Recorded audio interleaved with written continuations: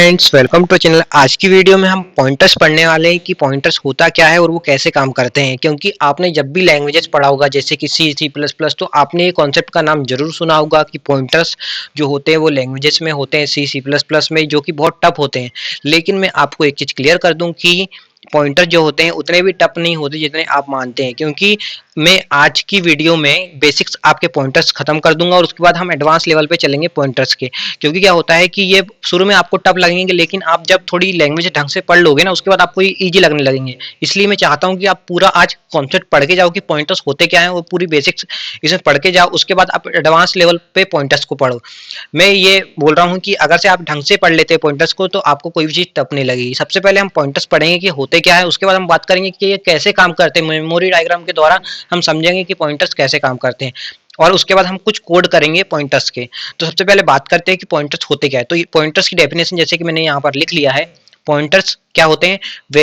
Variable that store memory address of another variable. मतलब कि ये क्या होते हैं? स्पेशल टाइप के वेरिएबल्स होते हैं, स्पेशल टाइप्स के वेरिएबल होते हैं जो कि एड्रेस को स्टोर करते हैं। एड्रेस को स्टोर करते हैं, वो भी दूसरे वेरिएबल के एड्रेस को स्टोर करने का काम करते हैं पॉइंटर्स। ठीक है, कैसे स्टोर करते हैं उसके बारे में बात करते हैं। जैसे कि मान लीजिए मैं यहाँ पर एक कोड लिखता हूँ। सबसे पहले हम एक वेरिएबल डिक्लेयर करते हैं। वेरिएबल का नाम लिख देता हूँ मैं इंट ए, और उसमें वैल्यू स्टोर करा देते हैं हम 20। ठीक है, उसके बाद एक पॉइंटर्स हम डिफाइन करते हैं। पॉइंटर्स को डिफाइन करने के लिए कैसी सिंटेक्स यूज करेंगे? Int star P. पी जो है पॉइंटर का नाम दे दिया हमने, कुछ भी नाम आप दे सकते हैं अपनी तरफ से, और इसमें मैंने सेमीकोलन लगा दिया। ठीक है, इंट ए इक्वल टू 20 लिखा। वैसे क्या होगा कि एड्रेस जो है, एक एड्रेस क्या होगा, एलोकेट हो जाएगा मेमोरी के अंदर। किसके लिए? ए वेरिएबल के लिए, जिसमें वैल्यू स्टोर होगी 20। ठीक है, एग्जैक्टली हम बोले तो वैल्यू 20 स्टोर नहीं होती। बाइनरी फॉर्म में क्या होता है, वैल्यू स्टोर होती है कोई भी मेमोरी एड्रेस में। लेकिन हम अपने लॉजिक के लिए बोल देते हैं कि 20 स्टोर हो रहा है कोई भी मेमोरी में। ठीक है, तो जैसे इंट ए इक्वल टू 20 लिखा मैंने, क्या होगा इससे? क्या होगा कि एक ब्लॉक बन जाएगा मेमोरी में, एक ब्लॉक बन जाएगा मेमोरी में, और उसमें वैल्यू स्टोर हो जाएगी 20। ठीक है, जैसे कि मैंने यहाँ पर, आप देख लीजिए, ये आपको दिखाई दे रहा होगा, देख सकते हैं आप। ये हमारा 20 ए में स्टोर हो गया है। ये ए जो है वेरिएबल का नाम है, और ये उसके अंदर जो वैल्यू स्टोर हुई है वो है 20। ठीक है, और इसका जो एड्रेस होगा हम मान लेते हैं 2000 उसका एड्रेस होने वाला है वेरिएबल ए का। ठीक है, अब बात करते हैं कि पॉइंटर्स कैसे काम करते हैं। तो पॉइंटर्स को हमने डिफाइन कर लिया है। पॉइंटर्स को डिफाइन करने के लिए हमने सिंटेक्स लिख लिया ये। तो पॉइंटर्स के लिए हम लिखते हैं इंट स्टार पी। तो जैसे कि मैंने इंट स्टार पी और सेमीकोलन लिखा, वैसे क्या होगा कि ये बन जाएगा, एक पॉइंटर पी बन जाएगा, एक पॉइंटर पी बन जाएगा जो कि होगा 4 बाइट का। जैसे कि यहाँ पर मैंने पी नाम दे दिया इसका। ये पॉइंटर है, पी जो है पॉइंटर है जो कि 4 बाइट का होने वाला है। क्यों होने वाला है? क्योंकि हमने इंट डेटा टाइप का यूज किया है। ये कुछ एड्रेस ले लेगा जिसमें हमने नाम दे दिया है 100, इसका एड्रेस होने वाला है। एग्जाम्पल ले लिया हमने। अब बात करते हैं आगे की। तो जैसे ही, अभी तो कुछ नहीं हुआ, लेकिन अब मैं इसमें क्या करता हूँ, एड्रेस डाल देता हूँ। किसका एड्रेस डाल देता हूँ? ए का एड्रेस डाल देता हूँ। तो ए का एड्रेस के लिए मैंने लिख दिया यहाँ पर एड्रेस ऑफ, और उसके बाद मैंने ए लिख दिया। तो अब क्या होगा, जैसे ही मैंने ये लाइन लिखा int star P equal to address of A, जैसे ही मैंने ये लाइन लिखा, उससे क्या होगा कि ये पॉइंटर पी जो है, ये मैं, आप देख सकते हैं, ये पॉइंटर पी जो है ये इस एड्रेस पे पॉइंट करने लगेगा, ए वाले एड्रेस पे पॉइंट करने लगेगा। ठीक है, अब चलते हैं आगे और बात करते हैं कि कैसे ये आगे काम करता है। तो क्या होता है कि अगर से आपके पास कोई एड्रेस रखा हो, तो और उसमें हमको वैल्यू को एक्सेस करनी हो, तो हम वो कर सकते हैं। कैसे एक्सेस कर सकते हैं? By using a pointers. तो पॉइंटर्स का काम क्या होता है कि हम किसी भी एड्रेस पर जाकर वो वैल्यू को एक्सेस कर पाए। ठीक है, तो समझते हैं आगे की। तो जैसे ही ये पॉइंट करने लगा, तो अब क्या होगा कि हम इस एड्रेस पे जाके, जैसे कि ए का जो एड्रेस है, ए का एड्रेस क्या है, 2000 एड्रेस है, तो वो 2000 एड्रेस जो है वो क्या होगा कि इस पॉइंटर्स पी के अंदर आ जाएगा। अब यहां पर हम एड्रेस लिख देते हैं हमारा, इसमें जो एड्रेस आ जाएगा वो आ जाएगा 2000।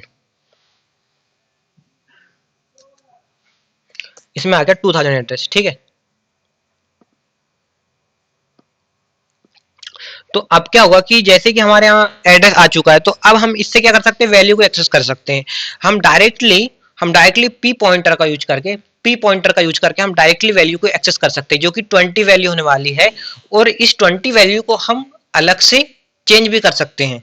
ठीक है, ये पॉइंटर में इतनी पावर होती है कि हम किसी भी वैल्यू को एक्सेस कर सकते हैं, किसी भी वैल्यू पे चेंजेस कर सकते हैं by using this pointer p। अब चलो आगे चलते हैं।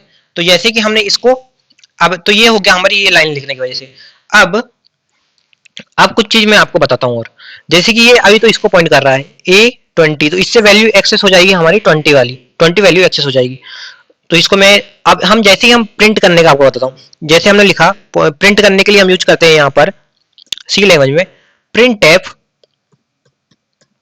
और अब मैं प्रिंट करता हूं %d, और यहां पर लिख देता हूं मैं अपना a। तो इससे क्या होगा कि 20 वैल्यू हमारी प्रिंट हो जाएगी हमारी कंसोल विंडो पे। और अब मैं सेकंड लाइन लिखता हूं, इससे क्या होगा अब वो बताइएगा। %d, और यहां पर मैं लिख देता हूं p। इसका आउटपुट आप बताइएगा, गेस करिए अपने हिसाब से। चलो मैं बताता हूं अब आगे, है ना। तो जैसे ही मैंने ये लिखा, तो इससे क्या होगा कि P में जो वैल्यू स्टोर है वो आ जाएगी। ठीक है, जैसे ही मैंने P को प्रिंट कराया, P को प्रिंट कराऊंगा मैं, तो P के अंदर वैल्यू जो स्टोर है वो आ जाएगी। तो जैसे ही मैं P को प्रिंट कराऊंगा, तो हमको आउटपुट में जो दिखाई देगा वो देगा 2000, हमको वैल्यू हमारे कंसोल पे देगा। जैसे ही हम P को प्रिंट कराएंगे, ये लाइन की वजह से हमको क्या दिख रहा है, 2000 दिख रहा है। ठीक है, आई होप आप लोगों को समझ आ रहा हो। अब समझते हैं आगे। अब मैं लिखता हूँ यहाँ पे प्रिंट टैब, एक और प्रिंट टैब लिखता हूँ मैं, और इसमें लिखता हूँ मैं %d, और यहां पर अब मैं लिखता हूं एड्रेस ऑफ P। ठीक है, ये लिखता हूं। इससे क्या आउटपुट आएगा, इससे जो आउटपुट आएगा वो आएगा हमारा 100। क्या आएगा, 100 आएगा। क्यों 100 आएगा, क्योंकि इस P पे हमने एंड एंड परसेंट का हमने यहाँ पर सिंबल लगा दिए, एड्रेस ऑफ का हमने यहाँ पर सिंबल लगा दिए जो कि P के सामने लगाया है, P के सामने एड्रेस ऑफ ऑपरेटर का हमने सिंबल लगा दिया, जिसकी वजह से क्या होगा कि जो P का एड्रेस है वो आएगा। P का एड्रेस क्या है, 100। P का एड्रेस है 100, तो हमको 100 हमको हमारे कंसोल विंडो में दिखाई देगा। 100 हमको कंसोल विंडो में दिखाई देगा क्योंकि हमने P का एड्रेस हम देख रहे हैं। अब आगे चलते हैं, एक और प्रिंटअप लिखता हूं मैं,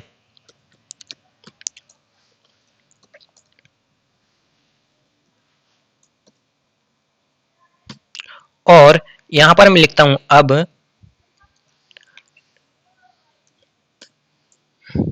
एड्रेस ऑफ ए। इससे क्या आउटपुट आएगा, इससे जो आउटपुट आएगा वो आएगा ए का एड्रेस। क्या आएगा, ए का एड्रेस। ए का एड्रेस जो है वो है 2000, ए का एड्रेस है, तो 2000 हमको आउटपुट में दिखाई देगा, और वही चीज हमारी पी से भी आ रहा था। ठीक है, आई होप आप लोगों को समझ आ रहा हो कि कैसे काम कर रहा है। अब एक और लाइन में लिखता हूं यहां पर प्रिंट एफ, और यहां लिखता हूं मैं %d, और अब मैं यहां पर ये लिख देता हूं। ठीक है, अब इससे क्या आउटपुट आएगा, इससे जो आउटपुट आएगा, ये लाइन का मतलब ये है कि हमको हमको क्या बताओ कि जो P पे एड्रेस है, P एड्रेस पे जो वैल्यू स्टोर है वो हमको बताओ। ठीक है, इसका मतलब ये है। तो क्या होगा कि जैसे ही $P हमने लिखा, एस्ट्रिक का सिंबल हमने जैसे ही लगाया, वैसे क्या होगा, जो P पे वैल्यू स्टोर है, P पे वैल्यू कौन सी स्टोर है, 2000 एड्रेस पे जो वैल्यू है वो कौन सी है, 20 वैल्यू स्टोर है। तो हमको आउटपुट में क्या देगा, 20 हमको आउटपुट पे शो होने वाला है। ठीक है, अब आगे चलते हैं, अब बात करते हैं आगे की ये सेकंड वेरिएबल का कैसे काम हो रहा है। तो ये तो पहला कोड आप लोगों को समझ आ गया हो। अब बात करते हैं आगे की। तो अब मैं क्या कर रहा हूं, यहां पर आगे जाकर यहां पर मैं int p is equal to, यहां पर लिख देता हूं मैं p इक्वल्स लिख देता हूं मैं एड्रेस ऑफ, पहले मैं एक वेरिएबल और बना लेता हूं, है ना, इंट b इक्वल्स टू 10, और int p equal to address of b, और अब मैं प्रिंट करवाता हूं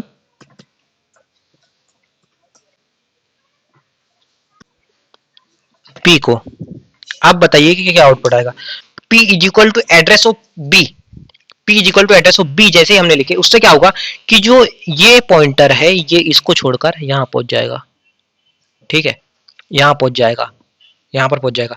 तो जो अब ये एड्रेस होगा ये भी चेंज हो जाएगा, और जो एड्रेस ये यहां पर चेंज हुआ ये क्या हो जाएगा, 2004 हो जाएगा। ठीक है, ये होने वाला है हमारा इस लाइन से p equal to address of b से। और जैसे ही हमने प्रिंट कराया तो अब p में क्या स्टोर है, p में स्टोर है 2004, तो हमको जो आउटपुट पे जो देगा वो देगा 2004। ठीक है, अब आगे चलते हैं और अब एक और मैं प्रिंट एप लगाता हूं और परसेंटेज डी, और यहां पर मैं लिखता हूं स्टार पी इक्वल्स टू ऐसा। तो अब क्या होगा, हमको क्या आउटपुट में दिखाई देगा, अब आप बताइए इससे आउटपुट में क्या देगा। अब हमको आउटपुट में दिखाई देगा 10। कैसे 10 दिखाई देगा हमको आउटपुट में, जैसे कि हम क्या बोल रहे हैं इसमें, इस लाइन के कहने का क्या मतलब है कि हमको हमको पी एड्रेस पे जो वैल्यू स्टोर है वो हमको बताओ। पी एड्रेस पे जो वैल्यू स्टोर है वो बताओ। तो जो पी एड्रेस है, पी पे जो एड्रेस है वो है 2004, तो 2004 पे क्या वैल्यू है, 2004 पे क्या वैल्यू है वो हमको बताओ। तो 2004 पे वैल्यू जो स्टोर है वो है 10, तो हमको आउटपुट में हमको जो दिखाई देगा वो दिखाई देगा 10। ठीक है, अब चलते हैं एक और चीज की बात करते हैं।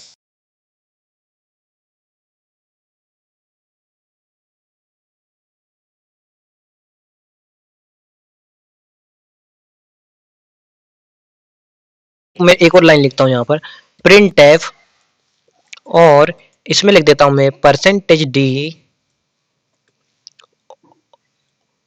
और यहां पर मैं प्रिंट कर देता हूं p+1। इससे क्या आउटपुट होगा आप वो बताइए। तो इससे जो आउटपुट हमको दिखाई देगा वो दिखाई देगा p+1। p+1 यानी कि यहाँ पर मैंने डेफिनेशन लिखा है, जैसे कि आप देख सकते हैं, here p is a pointer to an integer, so when you do p+1 it moves the pointer by the size of integer. तो इससे क्या होगा कि जैसे ही हम p+1 लिखेंगे तो ये पॉइंटर हमारा 4 बाइट से खिसक जाएगा। 4 बाइट से हमारा पॉइंटर, ये वाला जो पॉइंटर है वो क्या होगा, 4 बाइट से खिसक जाएगा, जो कि नया एड्रेस कोई होगा उस पर चले जाएगा। ठीक है, जो कि 4 बाइट आगे का होगा। जैसे कि यहाँ पे 2004 है तो जो आगे वाला होगा उस पे चले जाएगा, जो कि होगा 2008, उस पे हमारा ये पॉइंटर चले जाएगा। और हमको जो आउटपुट में दिखाई देगा p+1 लिखने से, वो हमको कोई नया एड्रेस जो होगा जो कि 4 बाइट आगे का होगा, 4 बाइट आगे के एड्रेस जो होगा वो हमको दिखाई देगा। 4 बाइट आगे का एड्रेस हमको दिखाई देने वाला है जब हम p+1 लिखते हैं। आई होप आप लोगों को ये डेफिनेशन समझ आ गई हो। और इस पे हमने कोई भी वैल्यू स्टोर नहीं करा, इसलिए हमको कोई वैल्यू नहीं दिखाई देगी अभी तो, लेकिन जो भी होगा वो होगा 4 बाइट आगे का। जैसे कि यहाँ पे 2008 2004, तो यहाँ पे 2008 पे हमारा पॉइंटर पहुंच जाएगा। ये लाइन लिखने से ये होने वाला है। आई होप आप लोगों को समझ आ रहा हो कि ये कैसे काम कर रहा है। और इस पे जैसे ही हम प्रिंट करके परसेंटेज डी लिख देता हूं मैं यहाँ पे, और यहाँ पर मैं ये लिख दूंगा जैसे ही p+1, इस पे जो होगा हमको वैल्यू दिखाई देने लगेगी जो कि p+1 पे होगी। ठीक है, आई होप आप लोगों को समझ आ रहा हो कि ये कैसे काम कर रहा है। और आज की वीडियो आप लोगों को समझ आ गई हो, बेसिक्स क्लियर हो गए हो कैसे पॉइंटर्स काम करता है। इसके आगे हम पढ़ेंगे आगे का जो कि होता है पॉइंटर टू पॉइंटर।